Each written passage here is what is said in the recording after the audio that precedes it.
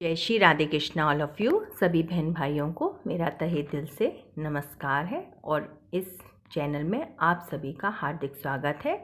हमने आपको last video में समास के भागों के प्रकार और उनकी परिभाषा बताई थी, जिसमें हमने बहुव्रीहि, कर्म धारय आदि समास का वर्णन किया था। अब यहाँ पे हम उसके आगे के समासों का वर्णन करने जा रहे हैं। आप सभी ध्यान से सुनेंगे, समझेंगे और देखेंगे।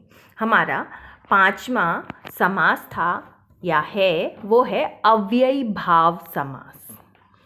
इसमें क्या होता है, इसमें पूर्व पद यानी कि देखो 2 खंडों में हमारा डिवाइड होता है, चाहे वो संधि हो, समास हो या हमारा कोई भी अन्य हम काम शब्द लेते हैं तो वो हमारे 2 खंडों में डिवाइड होते हैं।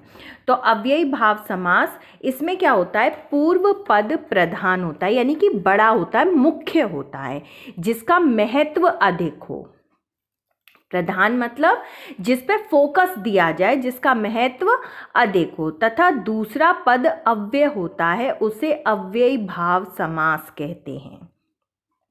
कहने का मतलब ये है कि पूरा यानी कि संपूर्ण पद क्रिया विशेषण हो जाता है। अब क्रिया तो क्रिया क्या होती है, वर्ब, इंग्लिश में हम वर्ब कहते हैं, यानी कि काम का करना, होना पाया जा रहा है। और विशेषण का मतलब क्या होता है, हम पढ़ के आए हैं, विशेषता बताने वाला। तो क्रिया की विशेषता बताने वाला इसमें क्या हो गया, अव्ययी भाव समास हो जाता है। दूसरा एक ट्रिक हम अपना लेते हैं यहाँ पर। वो ट्रिक क्या है कि अगर अव्ययी भाव समास है तो उसमें के या से, के शब्द होगा या से शब्द होगा, के द्वारा होगा, के अनुसार आदि शब्दों का प्रयोग होता है। मतलब हम वहाँ समझ जाएंगे, वहाँ पर जब हम उस शब्द का अर्थ करेंगे या उस शब्द को अलग अलग 2 खंडों में डिवाइड करेंगे, बांटेंगे 2 पद में, तो क्या होगा, वहाँ पर हमें प्राप्त होगा के या से, ये ज़रूर आएगा। तो समझ लीजिएगा वहाँ पर अव्ययी भाव समास है। जैसे कि यहाँ पर हो गया आजन्म, यानी कि जन्म से आ गया ना। आजन्म का मतलब क्या हो गया, जन्म से। अब ये से शब्द जो आ रहा है, ये किसकी पहचान करा रहा है, ये पहचान करा रहा है हमें किसकी, अव्ययी भाव समास की।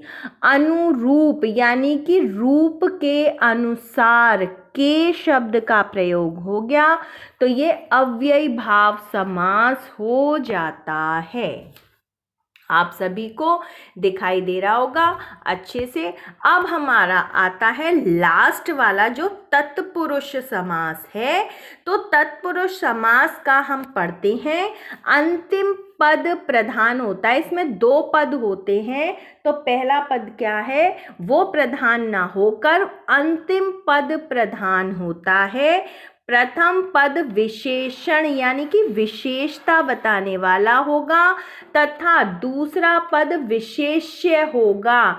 विशेष्य यानी कि जो उसकी क्वालिटी है, विशेषता है, उसका जो गुण है, उसको बताने वाला होगा। अब कर्मधारय में भी हमने आपको बताया था कि विशेष्य और विशेषण होते हैं, यानी कि उपमेय और उपमान का हमने आपको यहाँ पे उदाहरण देके भी समझाया था। जिसने नहीं देखा है या नहीं समझा है, वो लास्ट वीडियो अगर खोल के देखेगा तो उसे समझ में आ जाएगा। तो ये कर्मधारय और द्विगु, कर्मधारय भी विशेषता बताता है। जैसे महान आत्मा, महान है जिसकी आत्मा, तो वो आत्मा क्या है, वो महान है, तो यानी कि विशेषता बता रहा है ना। और दूसरा द्विगु में वो संख्याएं हैं, तो संख्याएं भी तो विशेषता हो गई कि 5, 4, 6, 8, वो 10 साल बड़ा है, वो 10 साल छोटा है, तो ये सारी क्या है, विशेषताएं। तो ये दोनों ही समास, कर्मधारय और द्विगु समास किसके उपभेद है, तत्पुरुष समास के उपभेद है। प्रश्न भी कभी कभी आपके एग्जाम में पूछ लिया जाता है, कोई भी कंपटीशन हो उसमें पूछ लिया जाता है कि कर्मधारय व द्विगु तत्पुरुष समास के उपभेद हैं, या ये क्वेश्चन आ जाता है कि तत्पुरुष समास के उपभेद है। कभी कभी कर्मधारय द्विगु दोनों दिए होते हैं, क्या होता है कभी कभी एक ही दिया होता है, कभी कभी क्या होता है कि कर्मधारय द्विगु और तीसरा हमारा ऑप्शन दे देते हैं दोनों अथवा कोई नहीं, तो हमारा हम दोनों पे लगा देंगे। अब आ जाता है तत्पुरुष समास के प्रकार। तो तत्पुरुष समास 6 प्रकार का होता है। तत्पुरुष समास कितने प्रकार का होता है, तो याद रखिएगा, ये भी प्रश्न पूछ लिया जाता है कि तत्पुरुष समास कितने प्रकार का होता है, तो आपको पता होना चाहिए। वहाँ पे संख्याएं दी होंगी 6, 8, 5, 4, 3, 9, जो भी दे सकता है वो, तो उसमें 6 संख्या पर आप क्या करेंगे, 6 जहाँ ऑप्शन होगा उस वाले सर्किल पर आप गोला कर देंगे। अब वो 6 हमारे कौन से हैं, पहला है हमारा कर्म कारक, दूसरा करण कारक, तीसरा संप्रदान, चौथा अपादान, पांचवा हमारा संबंध और छठा हमारा अधिकरण। आपने कारक चिन्ह और कारक तो पढ़े ही होंगे, कोई बच्चा ऐसा नहीं है जिसने कारक और कारक चिन्ह ना पढ़े हो। कर्ता ने कर्म को करण से, है ना, ये सारा संप्रदान के लिए, अपादान से अलग होने के लिए संबंध हमारा काकी के, और अधिकरण मैपे पर, ये सारे क्या हैं, ये हमारे कारक हैं। और कारक चिन्ह क्या है इनके, काकी के से, ये कारक चिन्ह हैं। अब हमारा पहला आ जाता है कर्म कारक तत्पुरुष समास। तो अब कर्म कारक तत्पुरुष समास, तो कर्म का मतलब क्या है, चिन्ह, कारक है को, यानी कि ये शब्दों, अब समास का, तत्पुरुष समास की एक और पहचान क्या है कि शब्दों के अर्थ किए जाते हैं, या तो हम इनको शब्दों के अर्थ कर लें। दूसरा सबसे बड़ी पहचान है कि जैसे हमने हिंदी में लिखा है ना, इंग्लिश में 1 वर्ड बोलते हैं कि पूरा एक हमें सेंटेंस दे दिया, उसके लिए हम कोई एक वर्ड लिख दें, और हिंदी में क्या होता है कि किसी वाक्यांश के लिए एक शब्द का प्रयोग हो। तो जब हम किसी भी वाक्यांश हमें दिया हो उसके लिए हम कोई एक शब्द का प्रयोग कर लें, तो वहाँ पर क्या हो जाएगा, वहाँ पर हमारा तत्पुरुष समास हो जाएगा, तत्पुरुष समास होगा। अब उदाहरण देख लीजिए, जैसे कुंभकार, कुंभ यानी कि घड़ा को बनाने वाला। अब घड़े को बनाने वाला एक वाक्य हो गया, वाक्यांश हो गया, इसको हम क्या कहेंगे, कुंभकार कहते हैं। तो ये कौन सा हो गया, कुंभ को का मतलब कर्म, कर्ता ने कर्म को का मतलब क्या हो रहा है, कर्म कारक, ठीक है, को हमारा कर्म का ही चिन्ह है। तो कर्म कारक समास कौन सा है, तत्पुरुष समास, कर्म कारक तत्पुरुष समास। अब यहाँ पर आ गया गिरधर, गिरी को, गिरी का मतलब पर्वत को धारण करने वाला, यानी आपका गिरधर। अब आपका एक, सभी के बच्चों के मन में कंफ्यूजन आ गया होगा, आप कहेंगे दीदी या मैम, जो भी आप मुझे समझें वो आप मुझे बोल सकते हैं। तो अब आप कहेंगे कि मैम ये बताइए कि यहाँ पे गिरिधर, गिरधर यानी कि गिरी को धारण करने वाला। अब आप कहेंगे मैम ये तो पहचान हो गई, गिर को धारण करने वाला, यानी कि यहाँ पे हो गए श्री कृष्ण भगवान ने पर्वत को धारण किया। इंडिकेट कर रहा है हमें, इंडिकेट कर रहा है किसको, श्री कृष्ण के लिए इंडिकेट कर रहा है, तो बहुव्रीहि समास हो गया, है ना। आप लोगों के कन्फ्यूज़न को दूर करने के लिए ही मैंने ये वाला रखा था ऑप्शन। तो यहाँ पे मैं आपको क्लियर करती हूँ।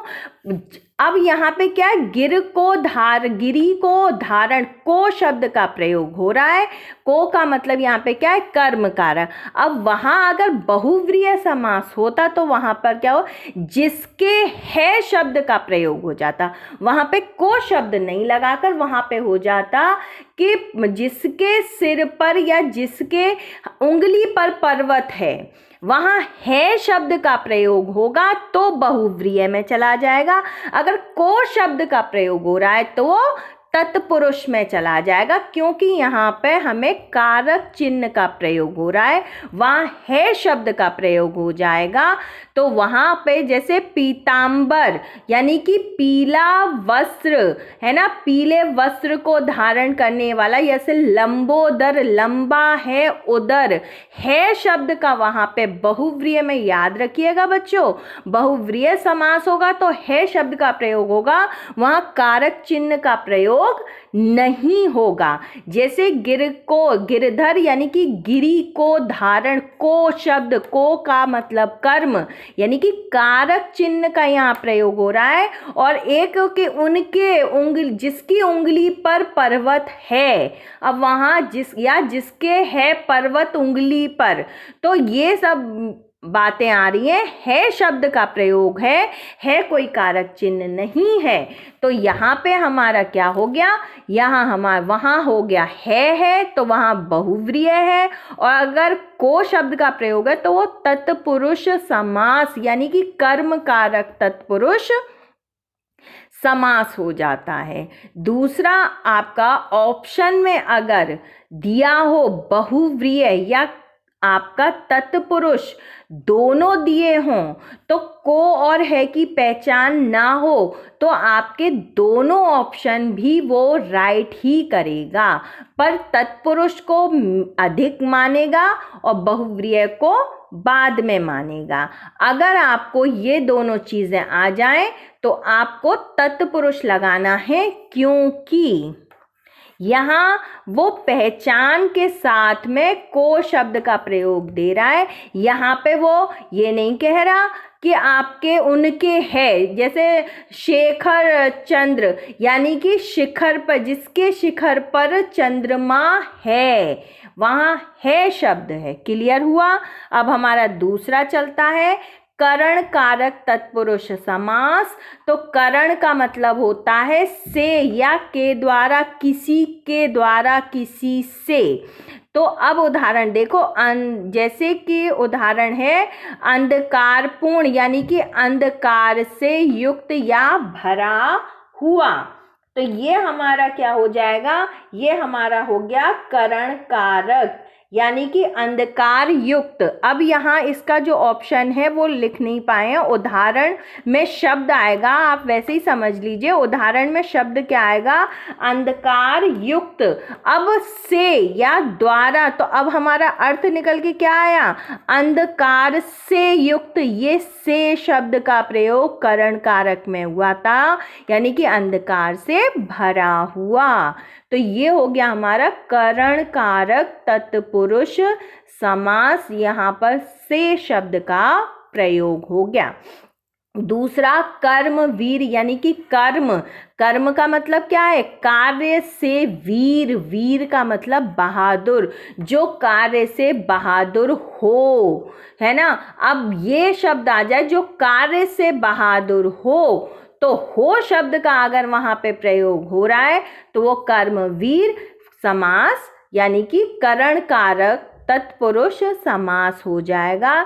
मैं आपको पहले ही बता रही हूँ, अगर दोनों ऑप्शन दिए हों तो आप बहुव्रीहि पे चले जाएंगे, और अगर आपको एक ऑप्शन दिया हो तो आप तत्पुरुष को ही लगाएंगे, क्योंकि कर्म यहाँ पे से द्वारा के से संप्रदान करण कारक। तो ये संप्रदान का मतलब क्या हो गया, के लिए यानी किसी चीज़ के लिए।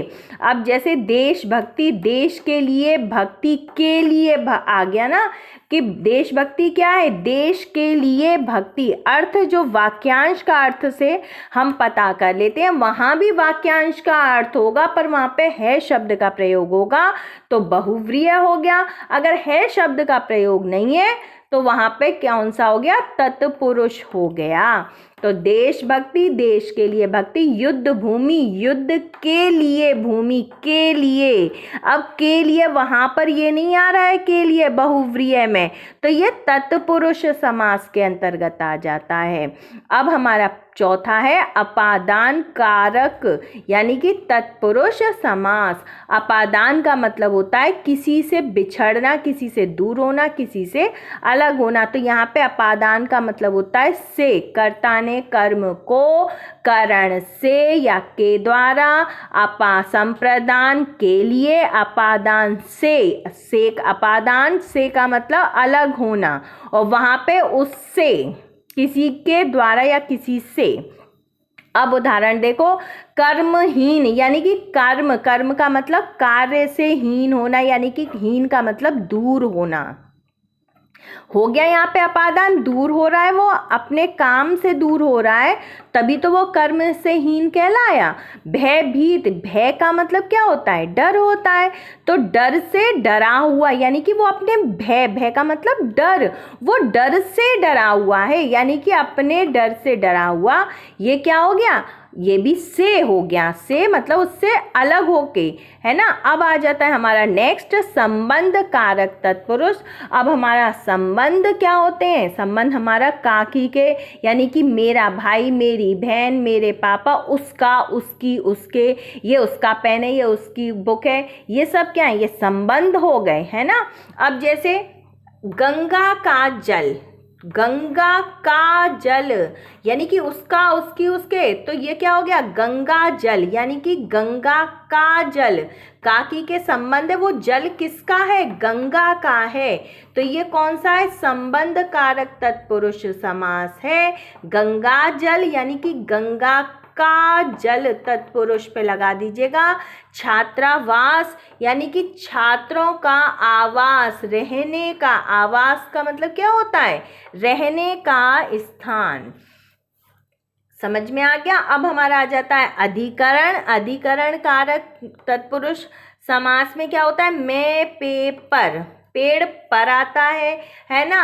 और ये सारी चीज़ें किसके उसमें आ जाती हैं? जहाँ पर हम वाक्यांश के हिसाब से देख लेते हैं। अब पेड़ पे तो नहीं होगा, पेड़ पर होगा, या पेड़ में नहीं हो सकता, पेड़ पर, है ना।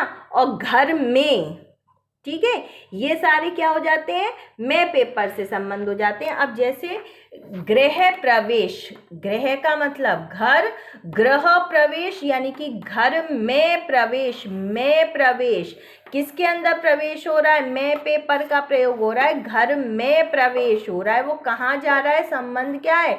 घर में प्रवेश हो रहा है, तो ये अधिकरण कारक हो गया। आत्मनिर्भर, आत्म पर निर्भर, आत्म का मतलब होता है स्वयं पर निर्भर होना, किसी दूसरे पर निर्भर ना होकर स्वयं पर निर्भर होना, ये क्या हो जाता है? ये आत्मनिर्भर हो जाता है। यानी कि पर, आत्म पर शब्द का प्रयोग, मैं पेपर हो गया, पर का प्रयोग मैं का भी हो गया, ये क्या हो गया? ये आपका अधिकरण कारक तत्पुरुष समास हो गए। अब आपको समास से संबंधित कोई भी चीज़ पूछ ली जाए तो आप आसानी से बता सकते हैं। आपको पहचान वगैरह सब कुछ हमने इस वीडियो में समझाई है, दिखाई है और बताई गई है। अगर आपको हमारा वीडियो पसंद आता है तो हमारे चैनल को लाइक, सब्सक्राइब और शेयर कीजिए, जिससे हमारा चैनल आगे बढ़ सके। जय हिंद, जय भारत।